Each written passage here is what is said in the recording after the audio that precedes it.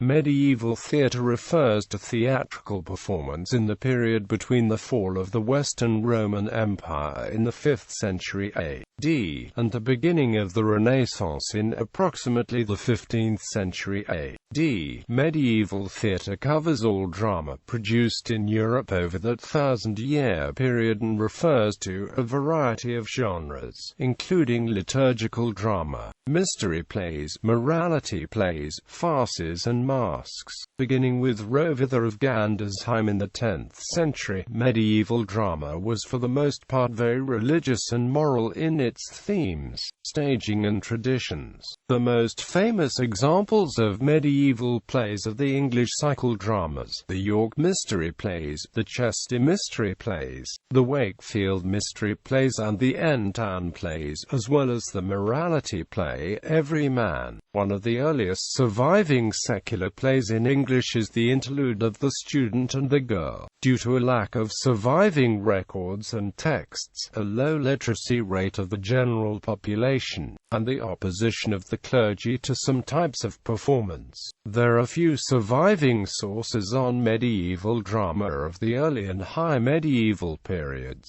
However, by the late period, drama and theatre began to become more secularized and a larger number of records survive documenting plays and performances. Early medieval theatre, faced with the problem of explaining a new religion to a largely illiterate population, churches in the early Middle Ages began staging dramatized versions of particular biblical events on specific days of the year. These dramatizations were included in order to vivify annual celebrations. Symbolic objects and actions recall the events which Christian ritual celebrates. These were extensive sets of visual signs that could be used to communicate with a largely illiterate audience. These performances developed into liturgical dramas, the earliest of which is the Fum Deusque Easter trope, dating from California, 925.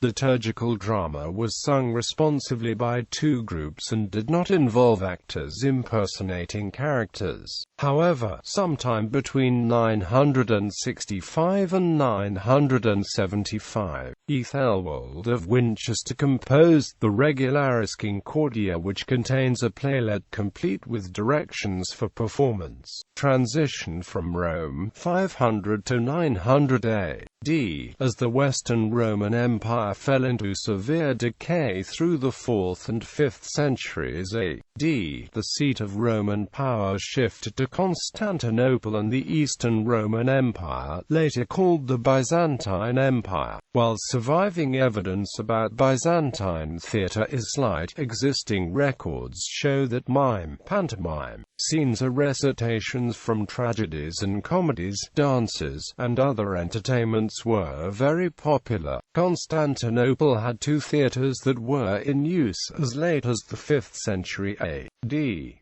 However, the true importance of the Byzantines in theatrical history is the preservation of many classical Greek texts and the compilation of a massive encyclopedia called the Suda, from which is derived a large amount of contemporary information on Greek theatre. In the 6th century, the Emperor Justinian finally closed down all theatres for good. According to the binary thinking of the Church's early followers, everything that did not belong to God belonged to the devil, thus all non-Christian gods and religions were satanic. Efforts were made in many countries through this period to not only convert Jews and pagans but to destroy pre-Christian institutions and influences. Works of Greek and Roman literature were burnt, the 1000-year-old Platonic Academy was closed, the Olympic Games were banned and all theatres were shut down. The theatre itself was viewed as a diabolical threat to Christianity because of its continued popularity in Rome even among new converts. Church fathers such as Tatian, Tertullian and Augustine characterized the stage as an instrument in the devil's fiendish plot to corrupt men's souls, while acting was considered sinful because of its cruel mockery of God's creation. Under these influences, the Church set about trying to suppress theatrical spectacles by passing laws prohibiting and excluding Roman actors.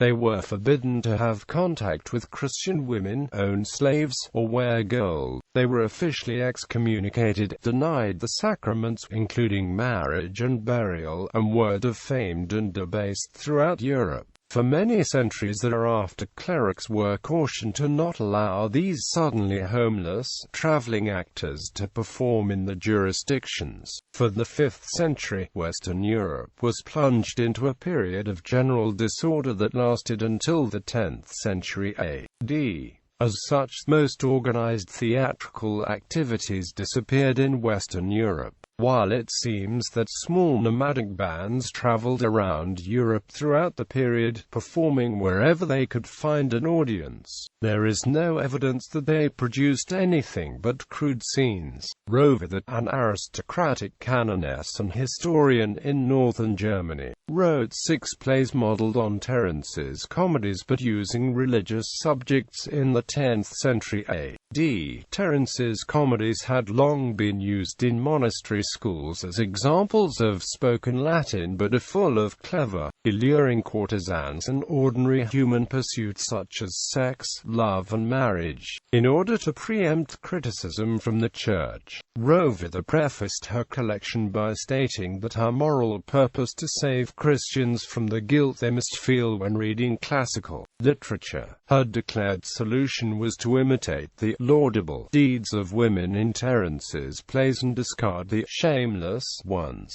These 6 plays are the first known plays composed by a female dramatist and the first identifiable Western dramatic works of the post-classical era. They were first published in 1501 and had considerable influence on religious and didactic plays of the 16th century. Hrosvitha was followed by Hildegard of Bingen, a Benedictine abbess, who wrote a Latin musical drama called Ordo Virtutum in 1155. The anonymous pagan play Querulis, written c.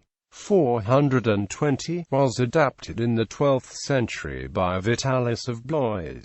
Other secular Latin plays were also written in the 12th century, mainly in France but also in England. There certainly existed some other performances that were not fully fledged theatre. They may have been carryovers from the original pagan cultures. It is also known that mimes, minstrels, bards, storytellers, and jugglers traveled in search of new audiences and financial support. Not much is known about these performers' repertoire and few written texts survive. One of the most famous of the secular plays is the musical Le Jeu de Robin et Marion, written by Adam de la Halle in the 13th century, which is fully laid out in the original manuscript with lines, musical notation, and illuminations in the margins depicting the actors in motion. Adam also wrote another secular play, Jeu de la Foule, in Arras, a French town in which theatre was thriving in the late 12th and 13th centuries. One play surviving from Arras is Jeu de Saint Nicolas by Jean Baudel. High and late medieval theatre. The Viking invasions ceased in the middle of the 11th century AD. Liturgical drama had spread from Russia to Scandinavia to Italy. Only in Muslim-occupied Spain were liturgical dramas not presented at all. Despite the large number of liturgical dramas that have survived from the period, many churches would have only performed 1 or 2 per year and a larger number never performed any at all. The Feast of Fools was especially important in the development of comedy. The festival inverted the status of the lesser clergy and allowed them to ridicule the superiors and the routine of church life. Sometimes plays were staged as part of the occasion, and a certain amount of burlesque and comedy may have entered the liturgical drama as a result of its influence. Performance of religious plays outside of the church began sometime in the 12th century through a traditionally accepted process of merging shorter, liturgical dramas into longer plays, which were then translated into vernacular and performed by laymen and thus accessible to a wider segment of society inclusive of the working class. The use of vernacular enabled drama to be understood and enjoyed by a larger audience. The Mystery of Adam gives credence to this theory, as its detailed stage direction suggests that it was staged outdoors. A number of other plays from the period survive, including Le Sainte Resurrection, the play of the Magi Kings, and Sponsis. Economic and political changes in the High Middle Ages led to the formation of guilds and the growth of towns, and this would lead to significant changes for theatre starting in this time and continuing in the late Middle Ages. Trade guilds began to perform plays, usually religiously based, and often dealing with a biblical story that referenced the profession. For instance, a baker's guild would perform a reenactment of the Last Supper. In the British Isles, plays were produced in some 127 different towns during the Middle Ages. These vernacular mystery plays were written in cycles of a large number of plays: York, Chester, Wakefield, and Unknown. A larger number of plays survive from France and Germany in this period, and some type of religious dramas were performed in nearly every European country in the late Middle Ages. Many of these plays contained comedy, devils, villains, and clowns. The majority of actors in these plays were drawn from the local population. For example, at Valenciennes in 1547, more than 100 roles were assigned to 72 actors. Plays were staged on pageant wagon stages, which were platforms mounted on wheels used to move scenery, often providing their own costumes. Amateur performers in England were exclusively male, but other countries had female performers. The platform stage, which was an unidentified space and not a specific locale, allowed for abrupt changes in location. Morality plays emerged as a distinct dramatic form around 1400 and flourished until 1550. The Castle of Perseverance, which depicts mankind's progress from birth to death. Though every man may possibly be the best known of this genre, it is atypical in many ways. Every man receives death's summons, struggles to escape, and finally resigns himself to necessity. Along the way, he is deserted by kindred, goods, and fellowship. Only good deeds goes with him to the grave. Secular drama was also staged throughout the Middle Ages, the earliest of which is the play of the Greenwood by Adam de la Halle in 1276.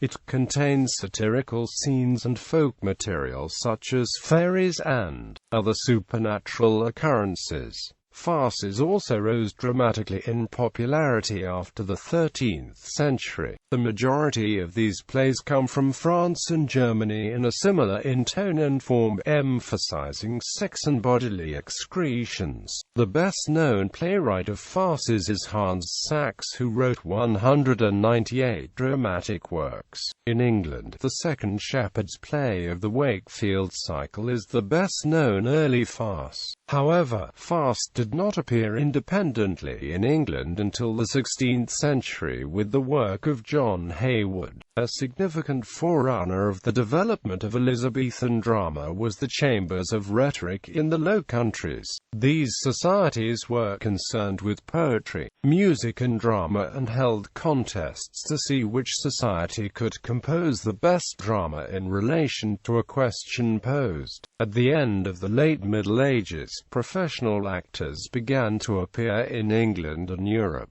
Richard III and Henry VII both maintained small companies of professional actors. The plays were performed in the Great Hall of a nobleman's residence, often with a raised platform at one end for the audience and a screen at the other for the actors. Also important were mummers' plays, performed during the Christmas season, and court masques. These masques were especially popular during the reign of Henry VIII, who had a house of revels built and an office of revels established in 1545. Staging. Depending on the area of the performances, the plays were performed in the middle of the street, on pageant wagons, in the streets of great cities, in the halls of nobility, or in the rounded amphitheatres, as suggested by current archaeology in Cornwall and the southwest of England. The most detailed illustration of a mystery play stage design is the frontispiece to Hubert Keyer's The Passion and Resurrection of the Saviour. All medieval stage production was temporary and expected to be removed upon the completion of the performances. Actors, predominantly male, typically wore long, dark robes. Medieval plays such as the Wakefield Cycle or the Digby Magdalen featured lively interplay between two distinct areas: the wider spaces in front of the raised staging areas and the elevated areas themselves. Typically two actors would move between these locations in order to suggest scene changes, rather than remain stationary and have the scene change around them as is typically done in modern theatre. Scenery, stage machinery and costumes enabled a more realistic depiction of the message the play was trying to promote, whether on a fixed stage with more opportunity for spectacle or on a pageant wagon that moved through the streets. The ornate details and tricks attributed to these productions enhance the audience's experience of the play. Changes during late Middle Ages. Changing political and economic factors greatly affected theatre at the end of the Middle Ages and beginning of the modern era. First, the Protestant Reformation targeted the theatre, especially in England, in an effort to stamp out allegiance to Rome. In Wakefield, for example, the local mystery cycle text shows signs of Protestant editing, with references to the Pope crossed out and two plays completely eliminated because they were too Catholic. However, it was not just the Protestants who attacked the theatre of the time. The Council of Trent banned religious plays in an attempt to rein in the extra-biblical material that the Protestants frequently lampooned. A revival of interest in ancient Roman and Greek culture changed the tastes of the learned classes in the performing arts. Greek and Roman plays were performed and new plays were written that were heavily influenced by the classical style. This led to the creation of commedia dell'arte and influenced Renaissance theatre. A change of patronage also caused drastic changes to the theatre. In England, the monarch and nobility started to support professional theatre troupes, which catered to their upper-class patrons' tastes. Finally, the construction of permanent theatres, such as the theatre, signaled a major turning point. Permanent theatres allowed for more sophisticated staging and storytelling. Contributions to modern theatre. Many components of theatre that developed during the Middle Ages continue to be incorporated in productions around the world to this day, such as use of the vernacular, spectacle, stage direction and the use of farce. Performances that were spoken in the vernacular provided opportunities for larger audiences, who were included members of lower socio-economic status, who would have otherwise been excluded from understanding the performances. Medieval theatre differed from the classical theatre for it emphasized spectacle. In addition, it presented various actions on stage in time and space and presented a combination of the sublime with detailed realism. Approximately 1400 A.D., the dramas were performed with spectacle, no longer dependent exclusively on the spoken word but incorporating music, dance, costume and set design.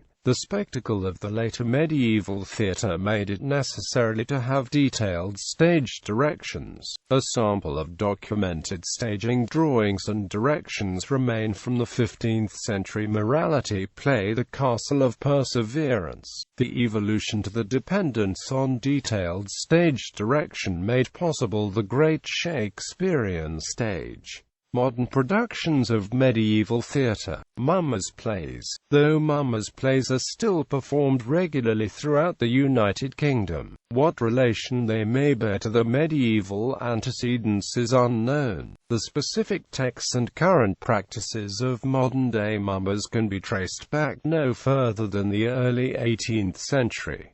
Mystery plays. Mystery plays are still produced regularly throughout the United Kingdom. The local cycles were revived in both York and Chester in 1951 as part of the Festival of Britain, and are still performed by the local guilds. The End Town cycle was revived in 1978 as the Lincoln Mystery Plays, and in 1994 the Litchfield Mysteries were inaugurated. In 1977 the National Theatre commissioned Tony Harrison to create the Mysteries, a reworking of the Wakefield cycle and others. It was revived in 1985, and again as a part of the theatre's Millennium Celebration in 2000.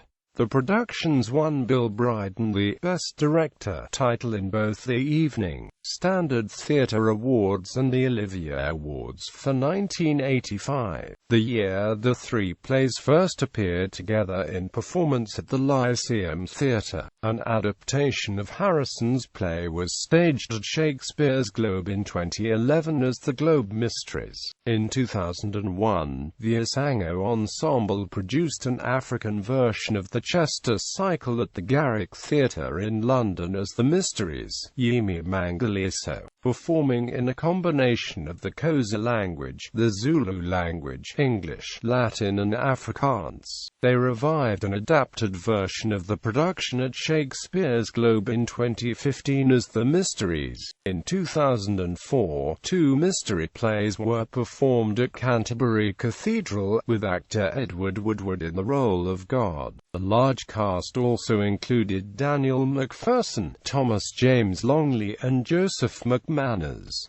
Morality plays. The first modern stage production of Everyman did not appear until July 1901, when the Elizabethan Stage Society of William Powell gave 3 outdoor performances at the Charterhouse in London. Powell then partnered with British actor Ben Greet to produce the play throughout Britain, with runs on the American Broadway stage from 1902 to 1918, and concurrent tours throughout North America. These productions differed from past performances in that women were cast in the title role, rather than men. Film adaptations of the 1901 version of the play appeared in 1913 and 1914, with the 1913 film being presented with an early Color 2 process pioneered by Kinemacolor. Another well-known version of the play is A.D.and by the Austrian playwright Hugo van Hofmannsthal, which has been performed annually at the Salzburg Festival since 1920.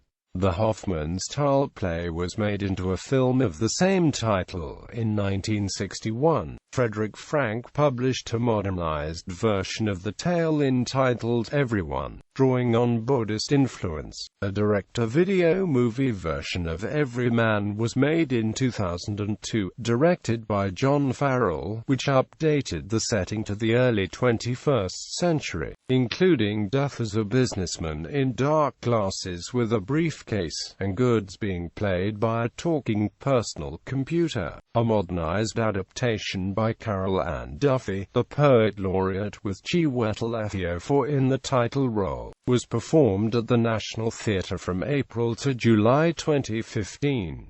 Miracle plays. Performances of plays outside of churches are frequent during the Christmas season, with reenactments of the Nativity, and many Christian schools and Sunday school groups regularly perform scenes from the Bible with children. The reenactment of the Passion is performed throughout the world in the late Lenten season.